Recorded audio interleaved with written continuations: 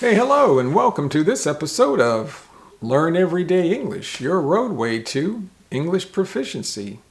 Glad to have you with me today. Glad you're watching this video. Hope you've been watching some of the other ones. I've been trying to be more consistent with the videos as of late, which just really means lately. I know I got a little bit lax, I could say, over the holidays. Lax means kind of relaxed, wasn't as consistent, so I'm trying to be more consistent. In this episode, we're going to talk about something pretty interesting.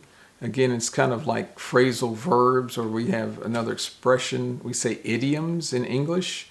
And these will be idioms that have animal names in them, and these are very common idioms that we use in English.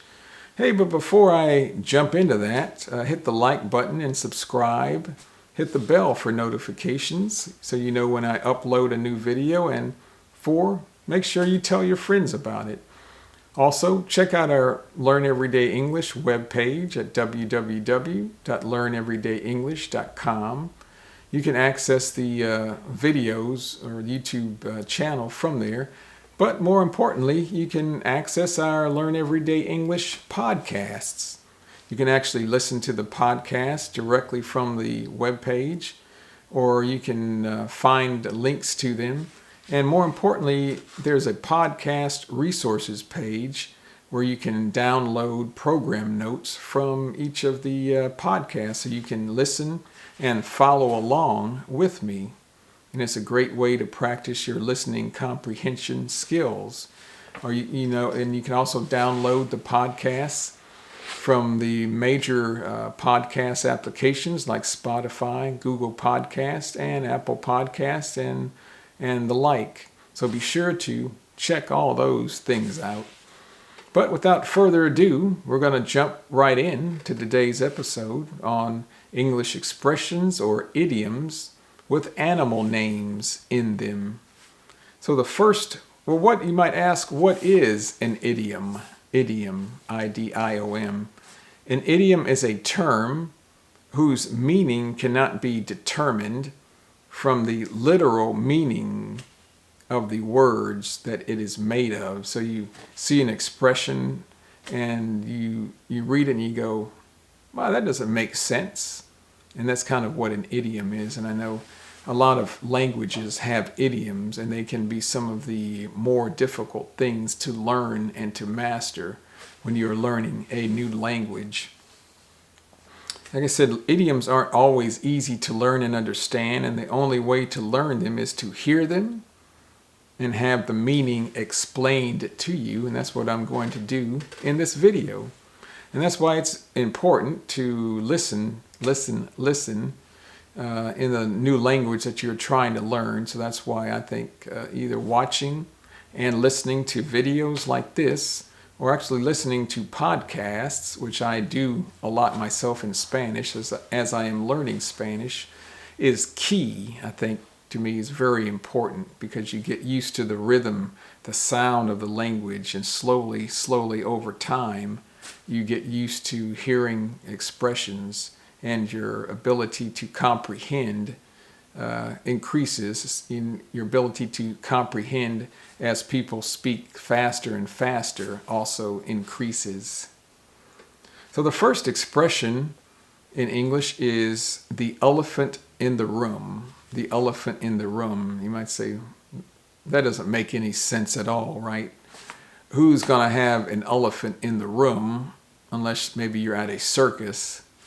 But this means, and it is an idiom for a problem or a controversial issue that is too big to ignore. That it means something that you should just not ignore, but that everyone tries to ignore or to avoid talking about, because maybe it is embarrassing, or it is difficult, or it will cause conflict. So let me repeat that. It is an idiom for a problem or controversial issue that is big or too big to ignore, something that you should address, but people don't want to address, because they avoid trying to talk about it because maybe it is embarrassing, or it may cause more problems. So that's the elephant in the room. For example, and this is going to be maybe a long, not just a sentence, but kind of a paragraph, so you can understand the context. So say you have two friends, or they are a couple named John and Mary.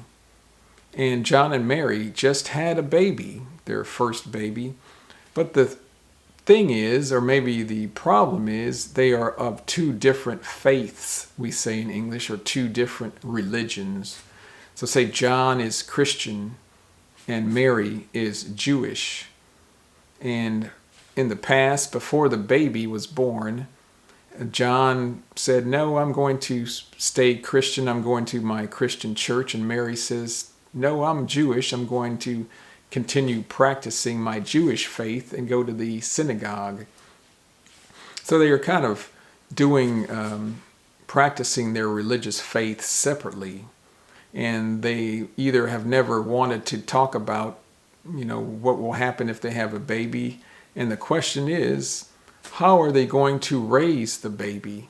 Will the baby be raised in a Christian church, in the Christian faith, or is the baby going to be raised in the Jewish faith? See, these are questions that couples have to deal with in real life situations. So here's kind of the story. John and Mary just had a baby, but are of different faiths. He is Christian and she is Jewish. How to practice their religious faiths has always been a problem for them, even before their baby was born, since they each want to continue to practice their own faith or their own religion. They are going to need to talk about the elephant in the room, which is how they are going to raise their child. Will it be in the Christian faith or Jewish faith? So in this story or storyline, the elephant in the room is the thing that maybe they don't want to talk about, but that they need to talk about. And so the elephant in the room is, how are they going to raise their child once the child becomes maybe a little bit older, and with which religion or which faith are they going to raise the child in? So that is called the elephant in the room. It's kind of the big problem that is still there, that needs to be talked about, that needs to be addressed, that they are not talking about at the moment. The next expression is the lion's share. The lion's share. A lion is just a big animal, big cat, we say in English, that lives, say, in Africa. But the lion's share is an idiom that means the biggest part or portion of something. The biggest part or portion of something. For example, since John's hours at work were reduced by more than one half, that means John is not working nearly as much as he used to, less than one half of his hours. His wife now has to take care of the lion's share of the household expenses until he can either get more hours or find another job.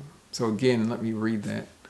Since John's hours at work were reduced by more than one half, his wife now has to take care of the lion's share of the household expenses until he can either get more hours or find another job. That means his wife has to take care of the biggest portion or the largest portion of their expenses, the lion's share of the expenses. So again, I'm going to have these example sentences in the description below so you can read along with me, and that will help you out so you don't need to write these down. The next expression is hold your horses. Hold your horses. This means to slow down, or can mean to, like, hey, wait a minute, or don't be in such a hurry. Don't be in such a hurry. For example, I can tell somebody, hold your horses. I know you want to jump right in and get going on this project, but we need to do some basic planning first. hold your horses, like wait a minute, don't be in such a rush. I know you just want to jump right in and get going on this project. To jump right in is just to start quickly. I know you want to start quickly and very fast and get going on this project, but we need to do some basic planning first. So hold your horses.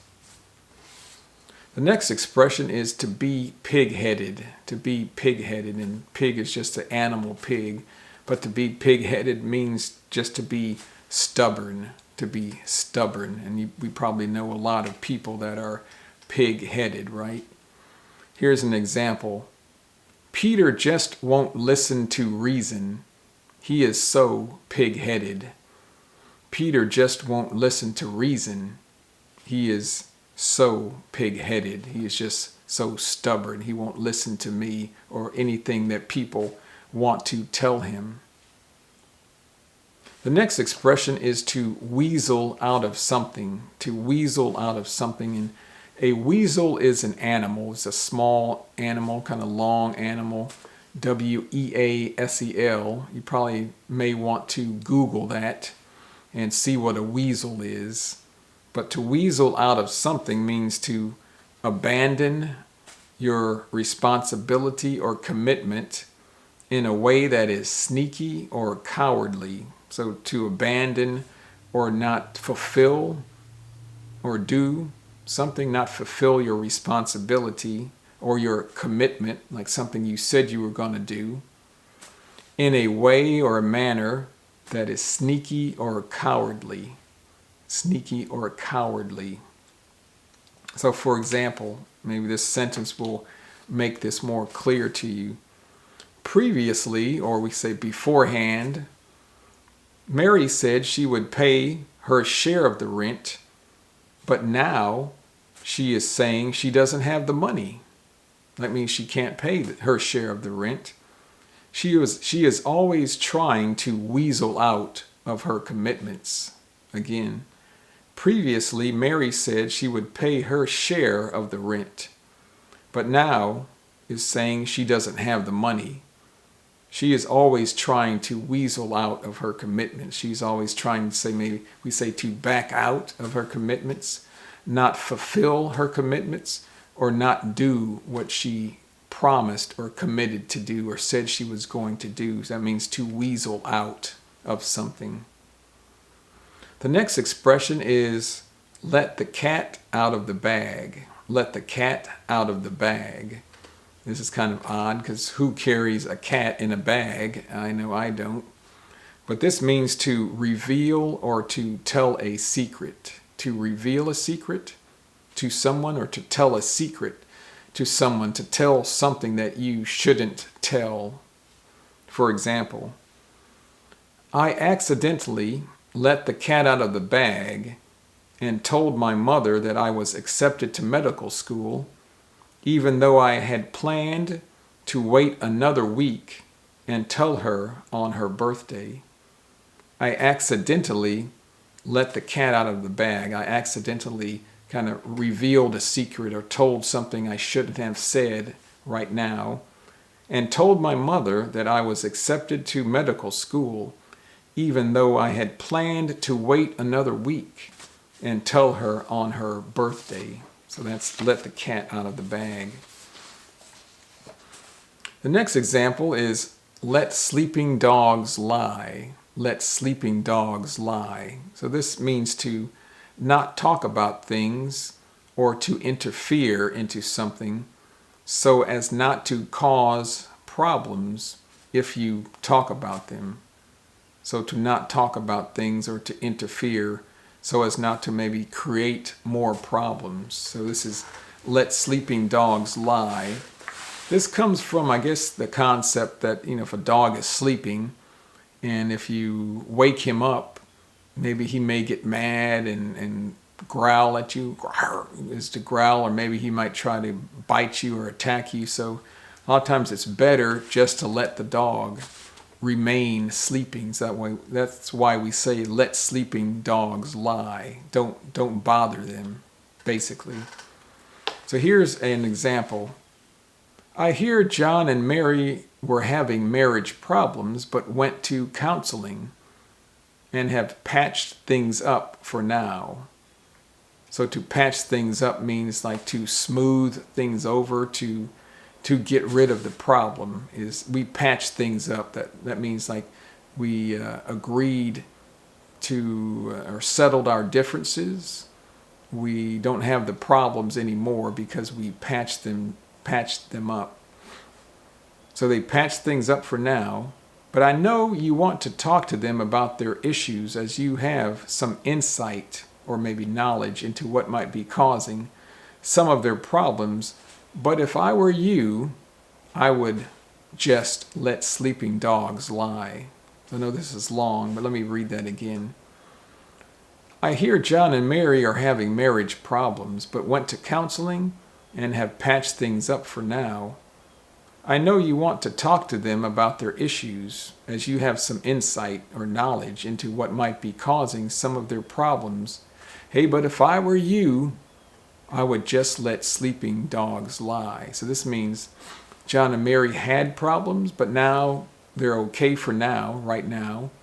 But maybe your friend wants to talk to them and try to help them for in the future. But you're telling your friend, no, I wouldn't say anything.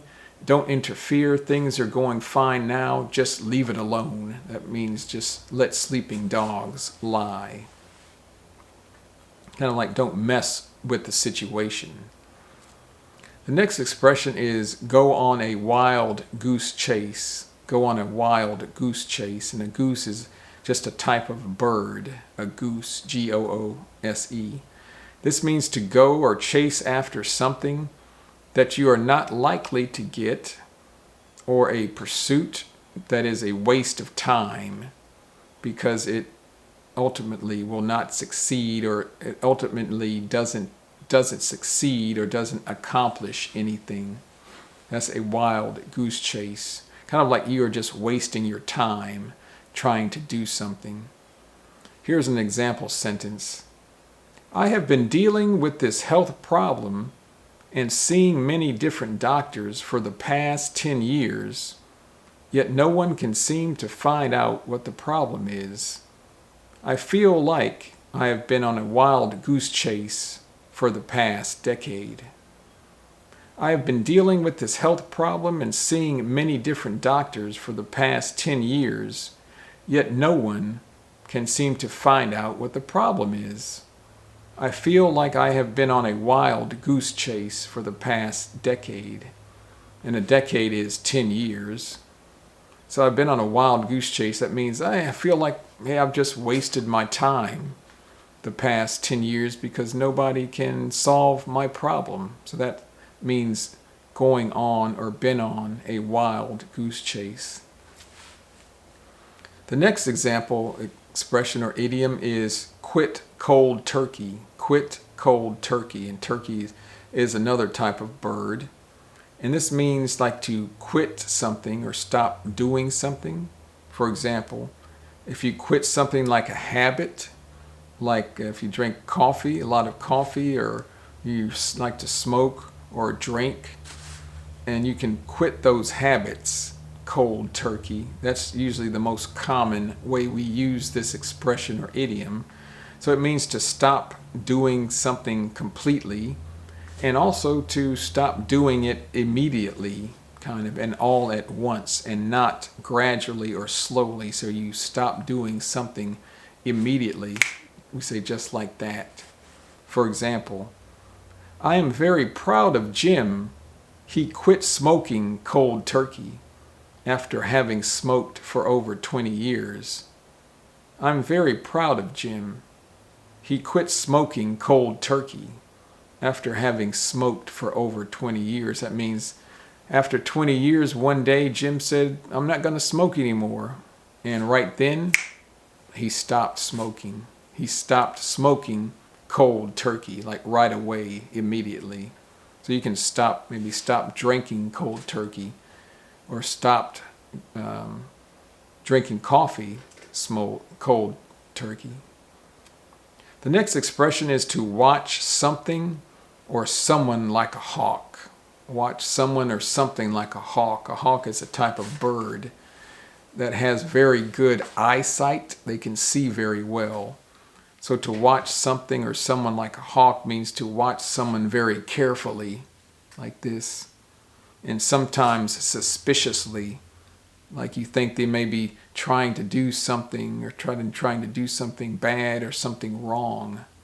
For example, while shopping at the department store the other day, the owner was watching me like a hawk the whole time I was there, as if he thought I was going to try and steal something. So while shopping at the department store the other day, the owner was watching me like a hawk the whole time I was in there, as if he thought I was going to try and steal something. So the owner just kept his eyes on the person the whole time, watching him like a hawk. The next expression is like a fish out of water, like a fish out of water. And this means to be very uncomfortable in a particular situation or environment, to be very uncomfortable. Because a fish needs to live in water, right? So if a fish is out of water, that means the fish is going to be very uncomfortable. He's not in his environment. And in this case, the fish will die if it's out of water for too long. But in this context, it means to be in a very uncomfortable situation. For example, say if you're trying to learn English, English is not your native language, you do not speak English very well at all, or you do not speak English at all, you don't know any English, but you have a boyfriend who is British, say for example, and he can speak your language, so the two of you can communicate with no problem. But say if you go to a party or you go out with your boyfriend and his friends, here's a situation. So you can say, I really need to learn English. I went to a party with my British boyfriend along with all of his friends, and I couldn't understand anything they were saying. I felt like a fish out of water. Hey, I really need to learn English. I went to a party with my British boyfriend along with all his friends, and I couldn't understand anything they were saying. I felt like a fish out of water. So I felt like a very uncomfortable. I was outside of my environment. The next to last expression is to be mad as a hornet. Mad as a hornet. And a hornet is a type of flying insect, kind of like a bee or wasp. It is a stinging insect. And if it's disturbed, it can be very aggressive and can get very mad, and it can sting you, we say. So look up hornet, H-O-R-N-E-T. So to be mad as a hornet means to be extremely angry or to be very angry. So here's an example sentence. When Steve's mom found out that her son came home drunk from the party, she was mad as a hornet and grounded him for 2 weeks. When Steve's mom found out her son came home drunk from the party, she was mad as a hornet and grounded him for 2 weeks. That means Steve came back from a party drunk, like he had too much alcohol to drink. His mom was very, very angry, mad as a hornet. And we say she grounded him for 2 weeks. To ground someone, usually a parent will ground their child for a period of time. It could be a day, week, 2 weeks, depending on what the child did. To ground means to take away some privileges or have them not do certain things that they like to do. Maybe they cannot go out with their friends. They cannot go out with their boyfriend or girlfriend. They cannot go out on the weekends. So that is to be grounded, to be grounded.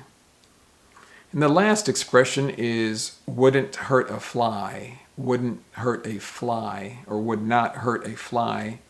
This is to describe a person who is very peaceful and non-violent. And it's a person who is so gentle that they wouldn't hurt anyone, not even a small insect like a fly. So for example, I can talk about a person, I can say, he looks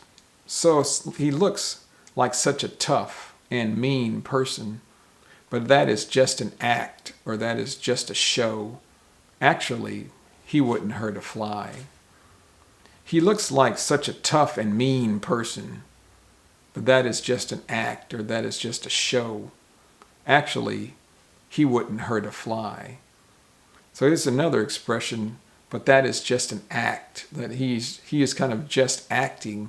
He is pretending to be tough and mean, but that is not really the case at all. Or that is just a show. He is just performing or acting to be like that, but that is really not his nature, because really, he's a nice person. He wouldn't hurt a fly. So those are English idioms with the word that have animal names in them. Hope you found that interesting and you learned something new. And these are expressions or idioms that are commonly used in everyday English conversation. Again, like I said, you hear these when people are talking amongst each other or with each other, friends and family gatherings. You hear them in movies a lot. You either hear them on TV.